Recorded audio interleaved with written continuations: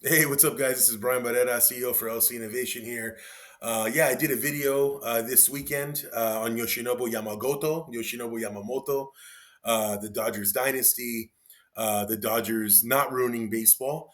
And I aligned everything with culture, how important culture is, how important it is that you understand your market, you understand the landscape of the industry that you're in, understand your organization, understand your location, understand all these things to better understand your culture and build a culture based on vision. And I think that's what the Dodgers have done. They've built a culture based off their vision, got players, managers, everybody aligned to move forward with that vision. And because of that, players like Yoshinobu Yamamoto are taking less money to join the Dodgers to win. So as all these people are saying, the Dodgers are ruining baseball and they pay everybody all this money. They're not. I mean, they're up there with the New York Mets, the New York Yankees, especially the Mets, I believe, in payroll. The Mets are right up there with the Dodgers. They actually just shed like 90 million this offseason in the last week with players that retired or they're not going to bring back, like Clayton Kershaw retiring, one of the GOATs, Michael Conforto, and then I believe too Kirby Yates. So they're shedding like $90 million worth of salary. So like people say they're ruining baseball. So I did a whole video kind of going against that, a whole post going against that, showing how they're just building a culture and people are buying into that culture. And I truly feel that them doing that is what most organizations should be doing. They should be giving back to their players. They should be giving their employees bonuses. They should be giving their employees raises in their salary. They should be getting more people in house who want that vision, who chase that vision, who believe in that vision. That's what you need, and that's what the Dodgers are doing. And I got a response, a comment from Feed the Troll 88. Feed the Troll 88 asked me to do one on the Angels, and Feed the Troll 88 mentioned that the Angels had an amazing farm system. Hope you're watching this, Feed the Troll 88. But how they had an amazing farm system, and how they have just been overpaying these free agents, and these free agents have been underperforming. I looked at their farm system, and Feed the Troll 88. You're absolutely right. Look at they had a really good farm system, but last year they really went down. They were ranked 30th, 29th, but I read some articles, some stuff on AI that on Grok Copilot. I read some stuff that says that they've actually had a really consistent farm system over the last 5, 10 years, and they've just gone down recently. One thing I read was that they don't have enough international scouts. They're not investing enough into their scouts, their scouting department.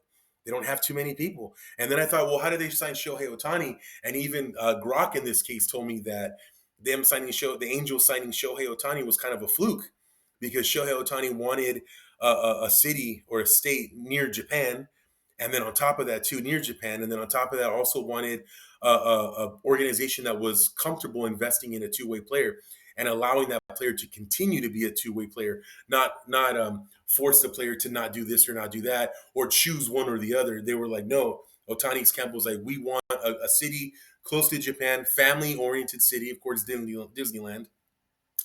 But then on top of that, we also want someone that believes in the two-way system, the two-way player in Otani, which we know he is. And if you watch the World Series this year, he is a two-way player, one of the best ever to do it as a two-way player. So a lot of people are calling him the greatest of all time. But yeah, I looked and I was like, wow. So obviously that was an outlier, so we didn't count that. But yeah, they said that they're just not investing enough. And you know, the acquisitions off the top of my head, signing Josh Hamilton from the Texas Rangers quite a while ago, that didn't go out at all good. Also signing Anthony Rendon, sorry, Anthony Rendon recently hasn't panned out well. And I feel bad about the Anthony Rendon situation because I was a big Rendon fan when he was with the Nationals. But you start seeing some of the stuff that he's been saying lately, and I don't know Rendon. And once again, I just want to tell everybody I'm not a baseball expert at all. I'm a business consultant. I'm a management consultant. That's why I'm an industrial organizational psychologist. That's what I am. But in seeing what's going on, just seeing what's happening, seeing Rendon say that, baseball isn't everything. And pardon me if I'm not quoting him correctly, but he's made several comments about family's more important and your personal life's more important, stuff like that. And man, more power to him, absolutely. But if you notice what the Dodgers are doing, they got some people that are just completely just in the baseball world. Like baseball's everything to them. There was a video the other day on Shohei Otani at Dodger Stadium running with his dog. Um, It was awesome video. I don't know if that was recently. I don't know if that person was lying. I don't know if it was a lot. I don't know if it was earlier in the season. You're seeing some articles from some of the players, some of the teammates of Yoshinobu Yamamoto, and they say that even when he's not pitching, he's there every day. He's there early every day, focusing on rehab, focusing on his body, on exercising certain stretches that he makes. That he's there every single day. I think it was Hee-sung Kim or Roki Sasaki. Somebody posted recently about them going to the facility and seeing he's already there, seeing the discipline that he has to make the same workouts, to do the same workouts every day. You're seeing Mookie Betts, who is psychotic about baseball, Freddie Freeman, Shohei Ohtani. So when you have a player like Rendon, who comes on board as immensely talented as he is, and he won a World Series. He was one of the main factors. The Nationals won the World Series, and they beat the Dodgers that year in the playoffs, I believe. But if you watch Rendon, you just see someone who's like, okay, you know what? Like, I'm gonna try my best when I'm out there. I'm gonna tear it up, but it's not really. It's not really what that. It's not really like his main objective in life. Now, I'm not saying at all that you should be that way when it comes to business. Business isn't everything. I have my kids, I have my family, like my wife. Like you don't want to jeopardize your relationship with them for your profession. I understand that. But then there's also the whole point of, how good do you want to be at what you do, right? Are you just one of those people that are very, very talented and you're going to take it as far as you can without losing your personal life? Or are you just that psycho? Are you just that person that just needs to make this work and will do anything and will sacrifice several things to make it work, right? I have sacrificed pretty much anything except for my family. I've sacrificed a lot to make sure my business is successful. My business has only been around for 2, 3 years now. I have some great months. I have some really bad months, but I am going to make this work. And that's the kind of mentality that you have to have. That's why Yamamoto saying, losing is not an option hits home with me, because losing is not an option. Every day's a grind. Every day you got to make it work. So when you have people like that and you keep going after people like that to be in your organization, that's what really develops the culture. Now, if you just want a culture of people that are coming in and they're working 9 to 5 and that's it, hey, more power to you. If you can make that happen, if you have a product that, hey, this is what it is and we don't need to work extra hard for this and we don't want an office where it's 10, 12-hour days, okay, cool. But, you look at the Elon Musk, the Tesla stuff, or SpaceX, on how engineers would stay overnight, and when they weren't paid to do that, but they wanted to make sure their project or their software ran adequately overnight, they would spend the night. People slept on the production floor. Like, if that's the culture you want, you have to get the right people to fit that culture, right? So there's that aspect of it. But most importantly, what you said, about that whole farm system and now overpaid players. So you got the Josh Hamilton, you got the Anthony Rendon, even Albert Pujols. A lot of people said, I believe that the Angels signed him. He was already in his early 30s. He was not out of his prime. He was still in his prime, but he was on the back end of his prime. And I think signing Albert Pujols is such a massive deal, kind of hurt them a little bit, their development. But that was the overpaid free agents part that were, they swung for the fences and missed. But here's the important part of that, right? And you wanted me to talk about this, so that's why I'm talking about it. And I really appreciate your comment because it's very, very important.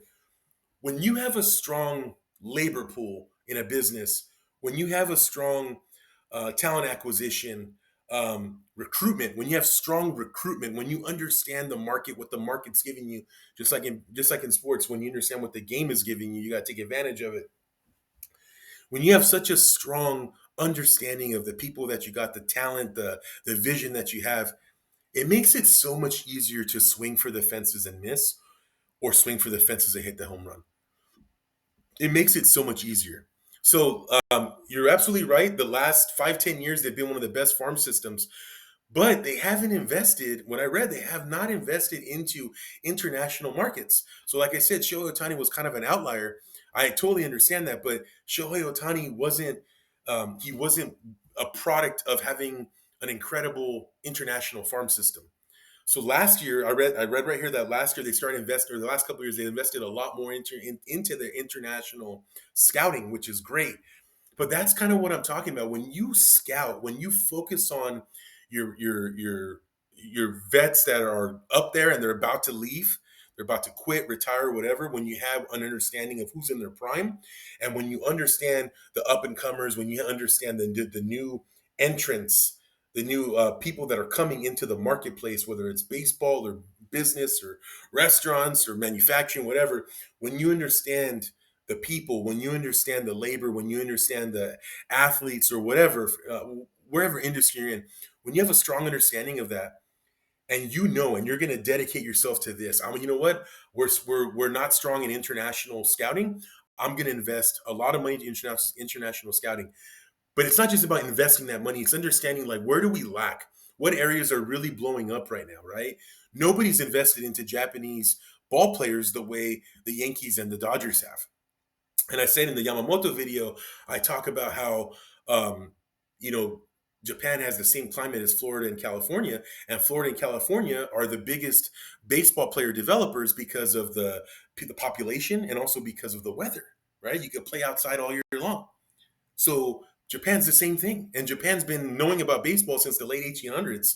Like their culture, a lot of their culture, like, is baseball, right? They love baseball. So understanding all these different mechanisms makes you understand where you should invest your money, where you should be aggressive, right? Because once you understand that, especially in the recruitment phase, we're going to call it recruitment. I mean recruitment, free agency. I mean recruitment in regards to drafting. I mean recruitment in regards to labor agencies, all that stuff for manufacturing. Let's call it recruitment. If you understand your recruitment process and where you are, where you can afford to be, where you should be spending that money at, if you get that, you can swing for the fences all day long because you still have a backup plan, right? And I think that's what Bill Belichick was so good at with the Patriots, is that he knew exactly where to draft. He knew the draft, what he was supposed to look for there. He was going to swing for the fences with a linebacker, defensive end, and then he was going to, in the later rounds of the draft, he was going to get running backs, and in the middle area, rounds 3, 4, and 5, he was going to get linemen, offensive linemen, and defensive linemen. Look at the Lakers. The Lakers, they do not keep first round picks. When they have a first round pick, they're going to save it and they're going to trade it. They're not going to keep it. Look what happened when they got Lonzo Ball. Sorry, I get mixed up with LeVar Ball, LaMelo Ball, LiAngelo Ball, and Lonzo Ball. Look what happened with Lonzo Ball. They passed up on Jason Tatum. Could you imagine Jason Tatum with LeBron James? I mean, if he could win a title with Jaylen Brown, he could win a title with LeBron James. I think Jaylen Brown's awesome, but I think LeBron's better than Jaylen Brown. And Jason Tatum won a title with Jaylen Brown. So Jason Tatum, I would think he would definitely win a title with LeBron. But that's not real. That's not realistic data. We don't know what would have happened because it didn't happen. But the Lakers, they got Lonzo Ball instead of Jason Tatum.